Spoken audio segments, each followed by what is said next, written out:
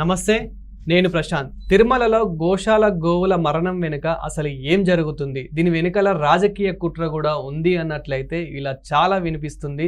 So ఇది ఎంతవరకు నిజం, దీని గురించి అయితే మాట్లాడేందుకు ప్రస్తుతం మనతో పాటు సీనియర్ జర్నలిస్ట్ సిఎస్ రావు గారు ఉన్నారు. నమస్తే అండి. నమస్తే సార్, ఈ గోవుల మరణం వెనుక అసలు ఏం జరుగుతుంది? తిరుమలలో చాలా గోవులు దాదాపు 100కు పైగానే చనిపోయాయి అని చెప్పేసి అయితే ఇప్పుడు చాలా వినిపిస్తుంది. దీని వెనకాల చాలా మంది చాలా రకాలుగా మాట్లాడుతూ ఉన్నారు. అసలు నిజానికి ఏం జరిగింది? ఇప్పుడు ప్రతి అంశాన్ని కూడా ఆంధ్రప్రదేశ్లో రాజకీయ కోణం నుంచి చూడాల్సినటువంటి పరిస్థితి ఏర్పడుతుంది. ఈ గోవులు 100 చనిపోయాయని చెప్పేసి మాజీ తిరుమల తిరుపతి దేవస్థానం చైర్మన్ భూమన కరుణాకర్ రెడ్డి గారు ప్రెస్ మీట్ పెట్టి అనౌన్స్ చేశారు. అసలు ఎందుకు అనౌన్స్ చేశారు ఆయన అనేటువంటి క్వశ్చన్ వేసుకుంటే, రివర్స్ ఆపరేషన్ చేశారు ఇప్పుడున్నటువంటి కూటమి ప్రభుత్వం మీద అనేటువంటి అనుమానం కలుగుతుంది.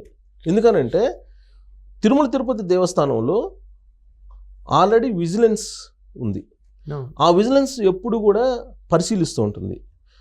అన్ని విభాగాలను పరిశీలించినట్టే గోశాలను కూడా పరిశీలిస్తూ ఉంది. అక్కడ కెమెరాస్ ఉన్నాయి. ఆ కెమెరాలో ఉన్నటువంటి డేటాను కూడా పరిశీలించింది. గోవులు మరణం, గోవులు చనిపోవడం అనే దాని మీద కూడా విజిలెన్స్ నివేదిక తయారు చేసింది. ఏ విధంగా అయితే కన్స్ట్రక్షన్కి సంబంధించి కానీ, లేదా కల్తీ నెయ్యి విషయంలో కానీ, కల్తీ పాల విషయంలో కానీ, అలాగే నిత్యాన్నదానం కోసం సరఫరా చేస్తున్నటువంటి వస్తువుల మీద కానీ ఏ విధంగా అయితే విజిలెన్స్ నిఘా పెడుతుందో అదే తరహాలో గోశాల మీద కూడా నిఘా పెడుతుంది. అవును, నిఘా పెట్టి నివేదిక ఆల్రెడీ ఇప్పుడున్నటువంటి తిరుమల తిరుపతి దేవస్థానం ధర్మకర్తల మండలికి అందజేసింది విజిలెన్స్. ఇలా గోవులు ఇన్ని చనిపోతున్నాయి, ఇన్ని చనిపోయాయి ఇప్పటి వరకు అని చెప్పి ఇచ్చారు. ఇది ఎలాగూ బయటపడుతుందని చెప్పి తెలుసుకున్నటువంటి భూమన కరుణాకర్ రెడ్డి గారు లేదా వైఎస్ఆర్ కాంగ్రెస్ పార్టీ ముందుగానే ప్రెస్ మీట్ పెట్టి ఈ ఫోటోలను విడుదల చేసి గోశాలలో గోవులు చనిపోతున్నాయి అనేటువంటి దాన్ని బయటపెట్టి ఆ నెపాన్ని కూటమి ప్రభుత్వం మీద వేసేటువంటి ప్రయత్నం చేశారు అనేటువంటిది ఇప్పుడు ఒక చర్చగా ఉంది రాజకీయాల్లో. రివర్స్ ఆపరేషన్ చేయడంలో వైఎస్ఆర్ కాంగ్రెస్ పార్టీ ముందు ఉంటుంది ఎప్పుడు కూడా. ఇప్పుడు మనకు ఎగ్జాంపుల్ చెప్తే, ఈ మధ్యకాలంలో పాస్టర్ ప్రవీణ్ రోడ్డు ప్రమాదంలో మరణించాడు. పోలీసులు ఆల్రెడీ ఫైనల్ చేశారు. దానికి సంబంధించిన సీసీ ఫుటేజ్ అన్నీ కూడా బయట పెట్టారు. కానీ దాన్ని ఏం చేశారు వాళ్ళు? దాన్ని మతం కోణంలో నుంచి తీసుకెళ్లారు. మతం కోణంలో నుంచి తీసుకెళ్ళి ఏదో కుట్ర చేసేటువంటి ప్రయత్నం చేశారు. కాబట్టి పోలీసులు ఛేదించారు. ఈలోపుగా సోషల్ మీడియాలో గందరగోళం జరిగింది. క్రిస్టియన్స్ కొంతమంది రావటం, మాట్లాడటం, అది హత్య అంటూ ఇవన్నీ జరిగాయి. హత్య కాదు, రోడ్డు ప్రమాదం అని చెప్పి 3 సార్లు మద్యం తాగాడు ఆయన. ఎక్కడెక్కడ లారీ కింద పడబోడు, బస్ కింద పడబోయాడు, అన్ని సీసీ ఫుటేజ్ చూపించి ఫైనల్గా అది రోడ్డు ప్రమాదం అని చెప్పి ఆధారాలతో సహా పోస్ట్ మార్టం రిపోర్ట్ను కూడా ప్రజల ముందు పెట్టారు పోలీసులు. ఈలోపే కుట్ర జరిగింది కదా. ఎవరు మత విద్వేషాలు రెచ్చగొట్టే ప్రయత్నం చేశారు? YSR Congress party Christian cell అధ్యక్షుడు జాన్ బెన్నీ లింగం, ఆయన కదా చేసింది. ఆయనతో పాటు కొంతమంది పాస్టర్లు చేశారు కదా. మరి వీటిని కుట్ర అనాలా, లేకపోతే రివర్స్ ఆపరేషన్ అనాలా, ఏదనాలా ప్రజలు ఇష్టం. కానీ అక్కడ జరిగింది ఒకటి, ఇక్కడ చేస్తున్నది ఒకటి. ఎవరు? వైఎస్ఆర్ కాంగ్రెస్ పార్టీ. అంతే కదా. అతను క్రిస్టియన్ రెచ్చగొట్టే విధంగా చేశారన్నమాట అనేది అర్థమవుతుంది కదా ఈ ఎపిసోడ్లో. ఇంకొంచెం వెనక్కి వెళ్తే అమరావతికి ప్రపంచ బ్యాంకు రుణాలు ఇవ్వాలని పరిశీలించడానికి వచ్చింది బృందాలు. అలాగా ఏషియన్ డెవలప్మెంట్ బ్యాంకు వచ్చింది. అలాగే పారిశ్రామికవేత్తలు కొంతమంది పెట్టుబడులు పెట్టడానికి వచ్చారు. మీరు మెయిల్స్ పెట్టారా లేదా? ఆంధ్రప్రదేశ్లో పెట్టుబడులు పెట్టద్దు, ఈ ప్రభుత్వం ఎంతో కాలం ఉండదు, మేము వచ్చిన తర్వాత మళ్ళీ మేము రివ్యూ చేస్తామని చెప్పి మీరు మెయిల్స్ పెట్టారా లేదా? అమరావతి పెట్టుబడులు పెట్టద్దు, అది వైబిలిటీ కాదని చెప్పి మీరు మెయిల్స్ పెట్టారా లేదా అని చెప్పి తెలుగుదేశం పార్టీ అడుగుతుంది. అంటే ఇది ఆంధ్రప్రదేశ్ మీద చేసినటువంటి కుట్రే కదా. తర్వాత తిరుమల తిరుపతి దేవస్థానానికి సంబంధించినటువంటి లడ్డు విషయంలో ఏం చేశారు వీళ్ళు? కల్తీ నెయ్యి వాడినటువంటి ఆధారాలు బయట పెట్టారు కదా. ఇప్పుడు దాని మీద సిబిఐ ఎంక్వైరీ నడుస్తుంది. అక్కడ నెయ్యి కల్తీ జరిగిందని చెప్పి వైష్ణవి డైరీ నుంచి ఏ విధంగా వీళ్ళు చేశారు, ఇవన్నీ అన్నీ సిబిఐ ఎంక్వైరీ చేస్తుంది కదా. మరి తిరుమల తిరుపతి దేవస్థానం మీద తిరుపతి దేవస్థానం ఉన్న పవిత్రత మీద ఎవరు దెబ్బతీశారు అని అంటే వాళ్ళు మళ్ళీ రివర్స్ ఆపరేషన్ చేశారు. ఆ విషయంలో కూడా కల్తీ నెయ్యి విషయంలో కూడా ఏంటి అసలు చంద్రబాబు నాయుడు గారు ఎందుకు బయట పెడతారు? ముఖ్యమంత్రి అయ్యి ఉండి కల్తీ నెయ్యి విషయం ఎలా బయట పెడతారు? అసలు కల్తీయే లేనప్పుడు కల్తీ అని ఎట్లా బయట పెడతారు? ఇలా చంద్రబాబు నాయుడు గారిని, కూటమి ప్రభుత్వాన్ని, పవన్ కళ్యాణ్ గారిని టార్గెట్ చేసి మాట్లాడారు. దాన్ని రెండు మార్గాలు రాజకీయాల్లో, ఒకటి కన్ఫ్యూజన్, రెండు కన్విన్స్ చేయనటువంటి పరిస్థితి. ఎందుకంటే వైఎస్ఆర్ కాంగ్రెస్ పార్టీ మీద ఒక రకమైనటువంటి మతపరమైనటువంటి ముద్ర ఉంది. కాబట్టి ఈ విషయంలో వాళ్ళు ఎంత చెప్పినా పబ్లిక్ కన్విన్స్ అయ్యేటువంటి పరిస్థితి లేదు.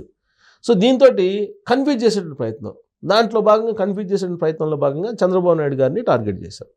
అసలు ముఖ్యమంత్రి హోదాలో ముఖ్యమంత్రి అయ్యి ఉండి ఎలా నిర్ధారిస్తారు కల్తీ జరిగిందని చెప్పి, రిపోర్ట్స్ రాకుండా ఎలా బయట పెడతారు అని చెప్పి అటాక్ చేశారు, రివర్స్ అటాక్ చేశారు. అది అయిపోయిన తర్వాత ఇప్పుడు విజిలెన్స్ ఎంక్వైరీలు చేశారు అన్నిటి మీద. మాజీ తిరుమల తిరుపతి దేవస్థానం చైర్మన్ వైవి సుబ్బారెడ్డి గారు, బోమన కరుణాకర్ రెడ్డి గారు వీళ్ళు అటెండ్ కావాలి విజిలెన్స్ ఎదుట. వైవి సుబ్బారెడ్డి గారు ఇంతవరకు అసలు విజిలెన్స్కి అటెండే కాల. ఏ విషయంలో? అక్కడ జరిగినటువంటి కన్స్ట్రక్షన్స్ విషయంలో ఆయన హాజరు కావాలని చెప్పి, అవకతవకలు జరిగాయని చెప్పి అప్పట్లో ఇప్పుడున్నటువంటి తిరుమల తిరుపతి దేవస్థానానికి సంబంధించిన ధర్మకర్తల మండలి చెప్పింది. ఆయనేమో అటెండ్ కావట్లేదు విజిలెన్స్కి. బోమన కరుణాకర్ రెడ్డి గారి హయాంలో కూడా కొన్ని అవకతవకలు జరిగాయి. ఈ దానికి సంబంధించిన లావాదేవీలకు సంబంధించి కానీ, బ్యాంకుల్లో నిధులు డైవర్ట్ చేయడం కానీ, ఇవన్నీ రకరకాలు ఉన్నాయి. వీటి మీద విచారణకి వేస్తున్నామని చెప్పి విజిలెన్స్ విచారణకి రావాలని చెప్పి చెప్పారు. ఇలాంటి పరిస్థితుల్లో విజిలెన్స్ ఎంక్వైరీ చేస్తుంది. విజిలెన్స్ ఎంక్వైరీ చేసి అన్ని అంశాల మీద ఒక ఫైనల్ రిపోర్ట్ని తయారు చేస్తున్నటువంటి క్రమంలో ఈ గోశాలలో జరిగినటువంటి అక్రమాలు కూడా ఒక నివేదికను తయారు చేస్తుంది. ఏంటి? గోశాలలో గోవులకు కావాల్సినటువంటి ఈ ఆహారం ఉంటుంది కదా, మామూలుగా మేత ఉంటుంది కదా, వాటికి తినడానికి తిండి అయితే సప్లై చేయాలిగా. ఆ సప్లై చేసే కాంట్రాక్ట్ని వైఎస్ఆర్ కాంగ్రెస్ పార్టీ వాళ్ళకి సంబంధించినటువంటి వాళ్ళకి ఇచ్చారు. వాళ్ళు ఏం చేశారు? నాసి రకమైనటువంటి మేతను సప్లై చేశారు. దాంట్లో పురుగులు పట్టినటువంటి మేతను, సరైన ఫీడ్ సరైనటువంటి ఫీడ్ ఇవ్వకపోవడంతో వాటికి అనారోగ్యం పాలయ్యి చనిపోయాయి. అప్పటి నుంచి చనిపోతున్నాయి. గతంలో ఎన్ని చనిపోయినాయి, ఈ మధ్యకాలంలో ఎన్ని చనిపోయినాయి అనేది దానికి కారణం ఏంటి? వైఎస్ఆర్ కాంగ్రెస్ పార్టీ అధికారంలో ఉన్నప్పుడు ఇదే తిరుమల తిరుపతి దేవస్థానం సంబంధించిన చైర్మన్గా వైవి సుబ్బారెడ్డి గారు లేదా బోమన కరుణాకర్ రెడ్డి గారు ఉన్నప్పుడు వాటికి ఫీడ్ కోసం ఇచ్చినటువంటి కాంట్రాక్టర్ ఎవరైతే ఉన్నారో ఆ కాంట్రాక్టర్ వైఎస్ఆర్ కాంగ్రెస్ పార్టీ సానుభూతి పరుడు అని చెప్పేసి ఇప్పుడు శ్యామలరావు గారు ఈవో చెప్తున్నారు. పొలిటీషియన్స్ చెప్తే మనం పెద్దగా పరిగణలోకి తీసుకోవాల్సిన అవసరం లేదు. ఎందుకంటే ఆరోపణలు ప్రత్యారోపణలు చేసుకుంటున్నారు. దీంట్లో నిజమెంత అబద్ధం ఎంత అనేది మనం ఫైనల్ చేసుకోవాలి. కానీ అధికారికంగా ఈవో చెప్తున్నారు. ఇప్పుడు ఈవో ప్రెస్ మీట్ పెట్టి ఈవో ఏం చెప్తున్నారు? ఇదంతా కూడా ఫీడ్ అంతా కూడా నాసిరకం ఫీడ్ వాటికి సప్లై చేశారు. ఆ నాసిరకం ఫీడ్ని తిని అవి అనారోగ్యం పాలైపోయి చనిపోయాయి అని చెప్తున్నారు. అయినా కానీ 100 ఆవులు చనిపోలేదు, 40 చనిపోయినాయి అని చెప్తున్నారు ఆయన. ఇది గతంలో కూడా జరిగింది. గతంలో కూడా చనిపోయి ఎప్పుడెప్పుడు ఎంత చనిపోయినాయి అనేది విజిలెన్స్ నివేదిక ఉంది, రిపోర్ట్స్ ఉన్నాయి. ఈ రిపోర్ట్స్ అన్నీ కూడా బయట పెడతామని చెప్పి వాళ్ళు చెప్తున్నారు. అంటే విజిలెన్స్ నివేదిక బయట పెడతారు అని చెప్పి ముందుగానే లీక్ అయిపోయింది. లీక్ అవడంతో ఈవో ప్రెస్ మీట్ పెట్టడం కంటే ముందు, లేదా తిరుమల తిరుపతి దేవస్థానం చైర్మన్ బిఆర్ నాయుడు గారు ప్రెస్ మీట్ పెట్టడానికంటే ముందు బోమన కరుణాకర్ రెడ్డి గారు ప్రెస్ మీట్ పెట్టారు. ప్రెస్ మీట్ పెట్టి దీన్ని అనౌన్స్ చేశారు. ప్రజలు ఏమనుకుంటారు? ముందు అనౌన్స్ చేసిన వీళ్ళే కదా, నిజం వీళ్ళు బయట పెట్టిన తర్వాత వాళ్ళు దానికి ఏదో వివరణ ఇస్తున్నారు అనేటువంటి ఒక ఒపీనియన్కి వస్తారుగా, వచ్చే అవకాశం ఉంది కదా. సో రివర్స్ ఆపరేషన్ చేశారు ఒకటి. రెండు, ఇప్పుడు బోమన కరుణాకర్ రెడ్డి గారు ఏమంటున్నారు? ఇప్పుడు తిరుమల తిరుపతి దేవస్థానంలో మాకు 2000 మంది ఉద్యోగులు మా వాళ్ళు ఉన్నారని చెప్తున్నాడు ఆయన. వాళ్ళు మాకు సమాచారం ఎప్పటికప్పుడు ఇస్తారు, మా వాళ్ళే 2000 మంది ఉన్నారన్నారు. తిరుమల తిరుపతి దేవస్థానం మొత్తం కలిపి దాదాపుగా 20 నుంచి 25,000 మంది దాకా ఉండొచ్చు సుమారుగా అంచనా. వీళ్ళల్లో 2000 మంది కరుడు కట్టినటువంటి వైఎస్ఆర్ కాంగ్రెస్ పార్టీ వాళ్ళు ఉన్నారు. మా వాళ్ళు మాకు లీక్ ఇస్తారు, ఎప్పటికప్పుడు సమాచారం చెప్తారు, ప్రతి విభాగంలో జరిగేటువంటిది మాకు సమాచారం చెప్తారు అని అన్నారు. అంటే దాని అర్థం ఏంటి? విజిలెన్స్ రిపోర్టు ముందు వచ్చింది, ఆ గోవులకు సంబంధించినటువంటి నివేదిక కూడా ఉంది. దాంట్లో ఇన్ని గోవులు చనిపోయాయి, నాసిరకం ఫీడ్ సప్లై చేసినందుకు కారణంగా అని చెప్పి ప్రెస్ మీట్ పెడతారని ముందే తెలిసి, విజిలెన్స్ రిపోర్ట్ని బయట పెడతారని తెలిసి కరుణాకర్ రెడ్డి గారు ముందే ఈ విషయాన్ని ప్రజలకు తెలియజేసే ప్రయత్నం చేశారని చెప్పి అనుకోవాలిగా. ఇప్పుడు ఆయన చెప్పిన దాని ప్రకారం 2000 మంది మా వాళ్ళు ఉన్నారని అంటున్నారు. 2000 మంది మా వాళ్ళు ఉన్నారు, మీరు ఏం చేసినా కానీ మాకు సమాచారం ఇమీడియట్గా వస్తుందని చెప్తున్నారు. ఇప్పుడు ఉండేటువంటి బోర్డుకి ఆయన హెచ్చరిక చేస్తున్నాడు. ఇప్పుడు ఆ 2000 మంది ఎవరు అనేది తెలుసుకుంటారుగా, తెలుసుకునే ప్రయత్నం చేస్తారుగా ఖచ్చితంగా. ఆ 2000 మంది ఎవరు అనేది ఇప్పుడు ఆ 2000 మందిలో కొంతమంది ఏమంటున్నారు, పోయేవాళ్ళు మీరు వెళ్ళిపోయారు, మమ్మల్ని ఇరికిస్తున్నారు ఎందుకు అని వాళ్ళు అంటున్నారు. ఇప్పుడు ఈయన 2000 మంది అన్నారు కదా, ఈ 2000 మందిలో ఎవరెవరు అనేది ఇమీడియట్గా తెలిసిపోతుందిగా. అవును. ఉద్యోగులు, సహచర ఉద్యోగులు ఎవరెవరు ఏంటి, వాళ్ళ మనోభావాలు ఏంటి, ఎవరెవరు కరడు కట్టిన వైఎస్ఆర్ కాంగ్రెస్ పార్టీ అనేది, ఎవరెవరు దైవ భక్తులు, ఎవరెవరు శ్రీవారి భక్తులు, శ్రీవారి సేవకులు అనేది తెలిసిపోతుంది. తెలిసిపోయినప్పుడు ఇబ్బంది కదా ఆ ఉద్యోగులకి. ఇప్పుడు వాళ్ళు లబ్బోదిబ్బొమ్మ మత్తుకుంటున్నారు. కరుణాకర్ రెడ్డి గారు 2000 మంది చెప్తే ఇప్పుడు గుమ్మడికాయల దొంగ ఎవరంటే భుజాలు తౌడుకున్నట్టు ఇప్పుడు ఉద్యోగులు 2000 మంది తౌడుకుంటున్నారు.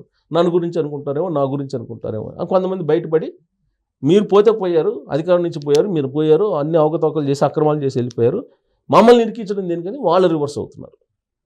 సో ఇలాంటి పరిణామం తిరుమల తిరుపతి దేవస్థానం మీద నెలకొంది. Just reverse operation. అంతే. విజిలెన్స్కి సంబంధించిన నివేదిక పూర్తి అయ్యింది, దాన్ని బయట పెడతారు, ప్రభుత్వం ఖచ్చితంగా బయట పెడుతుందని తెలుసు వాళ్ళకి. ఎందుకంటే ఆల్రెడీ మా వాళ్ళు 2000 మంది ఉన్నారని ఆయన చెబుతున్నాడుగా. సో కాబట్టి ముందుగా ప్రెస్ మీట్ పెట్టి ఈ కూటమి ప్రభుత్వం మీద వేసేటువంటి ప్రయత్నం చేశారు. ఇప్పుడు ఈవో గారు చెప్పింది మనం నమ్మాలిగా. ఈవో శ్యామలరావు గారు అఫీషియల్ డేటానే చెప్తారు కదా. పొలిటీషియన్స్ అంటే నామినేటెడ్ పోస్టులో ఉన్న వాళ్ళు అంటే ఏదో చెప్తారు అనుకుందాం. ఈయన అధికారంలో ఉండి, అధికారిగా ఉండి, ఒక ఐఏఎస్ అధికారి అయితే అబద్ధం చెప్పడానికి లేదుగా. ఒకవేళ చెప్తే తర్వాత అయినా చట్టానికి బౌండ్ అవ్వాలిగా. లేని సమస్యను కొని తెచ్చుకోరుగా ఐఏఎస్లు, వాళ్ళు అందరికన్నా మేధావులు కదా. మరి ఆయనే ముందుకు వచ్చి విజిలెన్స్ రిపోర్ట్లో ఇలా ఉంది, నాసిరకం ఫీడ్ని సప్లై చేశారు, అది గత ప్రభుత్వం తాలూకు రుగ్మత, అది గత ప్రభుత్వం తాలూకు లోపం, అక్రమాలు అవి అని చెప్పి చెబుతున్నారుగా. మరి దీంట్లో మరి ఎవరిదో నమ్మాలి, ఎవరిదో నమ్మకూడదు అని అంటే ప్రజలే తెలుసుకోవాలి. Thank you sir.